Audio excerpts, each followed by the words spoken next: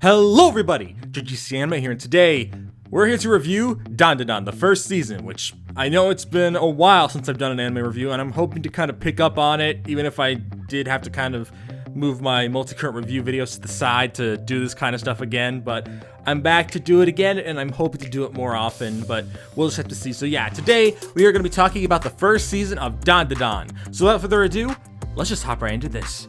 So, what is Dandadan? Basically, the story first starts following a girl named Ayase, or Momo Ayase, and also a guy named Ken Takakura, who Momo refers to as Okarun. And after first deciding to meet with each other by first Momo trying to help Takakura out, only for them to kind of get angry at each other, and then one who believes in ghosts but not aliens goes to an alien place, while one who doesn't believe in ghosts but believes in aliens goes to another place, and then a bunch of things ensue, leading for the two to kind of work together to deal with all sorts of alien and ghost threats, while also just going through their day-to-day lives, where it kind of mixes slice of life and also comedy, as well as some action stuff in there. And yeah, it's not a great description, but that's just how it starts, and we're just gonna roll with it. So, going to spoiler-free thoughts, I was a bit iffy on this show at the start, because the first storyline we tackle in the entire show, I really didn't enjoy that much. I thought it was kind of a pretty dull story, even with like the cool action set pieces and whatnot. I just wasn't really vibing with it.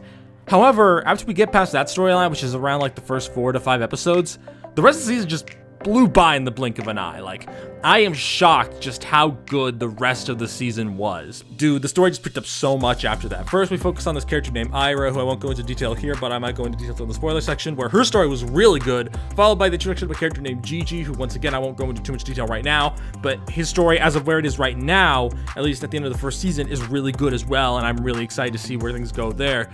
And overall, I just feel like after that whole beginning part, which again, we'll probably go over that more in the spoiler section, is really great. I could not stop laughing and having a good time, which that's another thing I give to the show. Its comedy is really strong. Like, there are some shows where the comedy is just not super entertaining, it's not super fun, and like they'll say it's a comedy only for it to not be funny at all. Like, the amount of rom-coms I've watched from previous seasons of anime where the comedy wasn't really that funny at all has happened before, but this show does capture a lot of really fun comedy, especially with its characters being much more dynamic and being able to kind of give a bit more of a unique atmosphere. Like, there's one character, I won't say who, but one of the characters is like super duper goofy.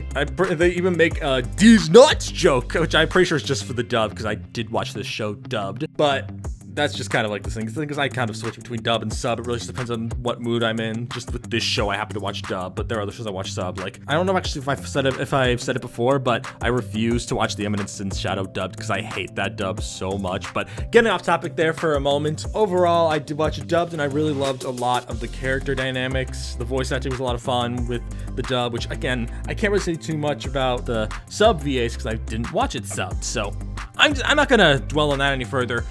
But I had a great time. The characters were really fun. Even our main characters, Okarun, as Momo calls him, and also Momo herself, were very fun characters, and add that on to the other characters that get added later on. It's just so much fun. And even a character who I ended up actually disliking near the start of the show has become more likable as the whole thing has gone on, and I've really appreciated that. And overall, I do think the show has a lot going for it. Now, there is a few smaller problems I have with it, but those can be saved for the spoiler section in a little bit, because I just felt like they felt a bit off. But moving past that, all I can really say is the characters are really great, the story is really strong, and I just had such a good time with it after the first few episodes. Like, I started to understand why people were loving the show so much. Would I say it's my top #1 favorite show? As I've said with many other shows before, no, it's not my #1 favorite, but for a show I wasn't too concerned about going in, I did have a very good time with it. I really love all the different wacky shenanigans the characters get into, the kind of more focused moments as well as the romance moments, which there is a surprising amount of romance parts within this story, which I actually really enjoyed, and also just the all-around comedy and action. Everything about it was really strong, and makes me really excited to check out season 2, and yeah. That's all I'd say without spoiling anything, so we're just got to the spoiler section now. Here's a time step to the spoiler section's ending. If you have already seen the show, I'd recommend sticking around and hearing my thoughts. But if you haven't, just skip to the end so you'll get any spoilers. Again, if you have seen it, I recommend sticking around and hearing my thoughts. So yeah, without further ado, I'm going to count up from 5, and we're going to enter the spoiler section.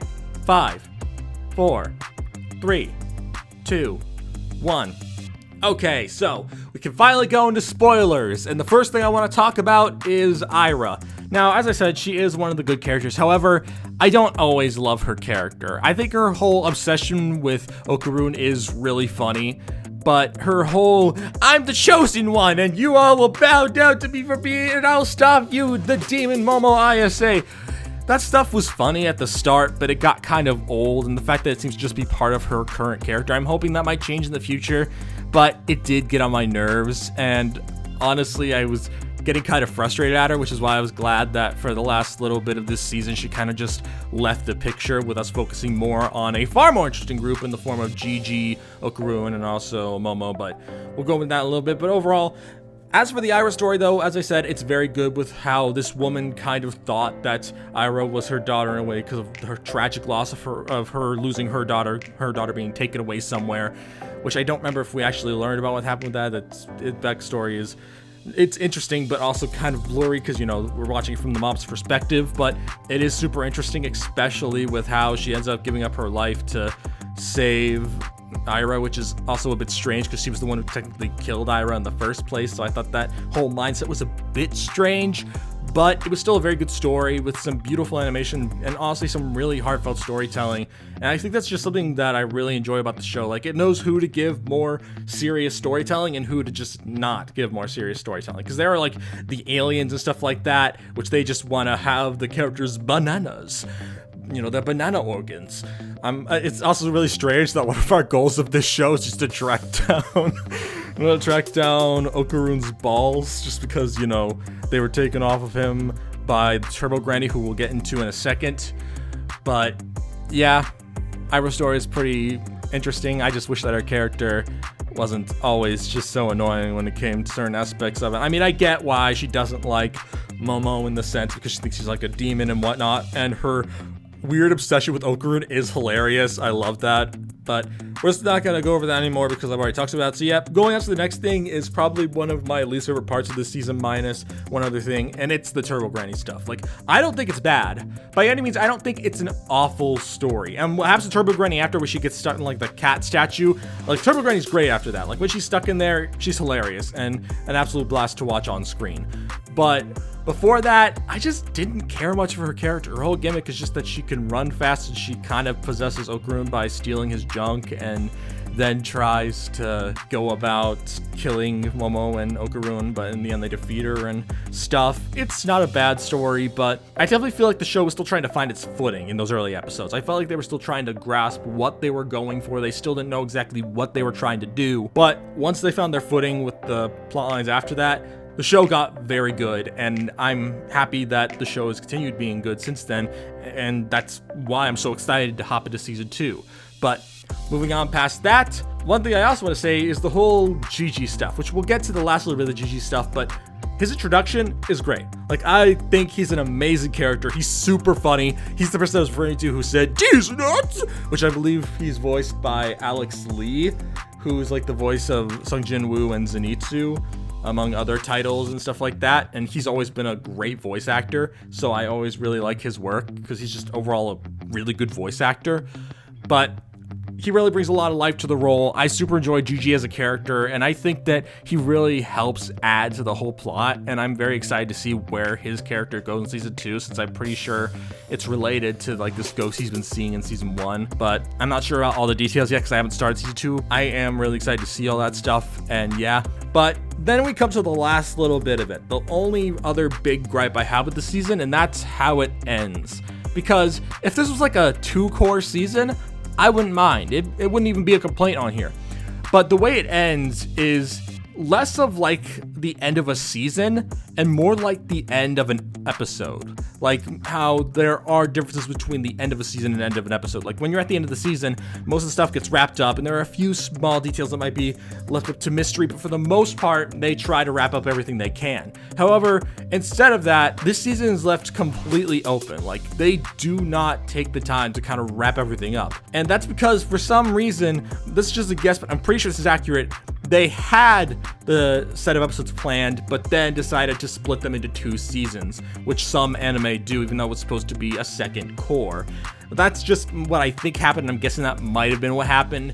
because this season just ends in such an odd way that it feels like it's more so building up to the next core of episodes instead of ending like as a season. So I felt a bit annoyed by that because I just thought, all right, so there's a 13th episode, right? There's gotta be a 13th episode to wrap up this whole story, only to find out there was not a 13th episode, and season 2 is next on the list. And I was just thinking, really?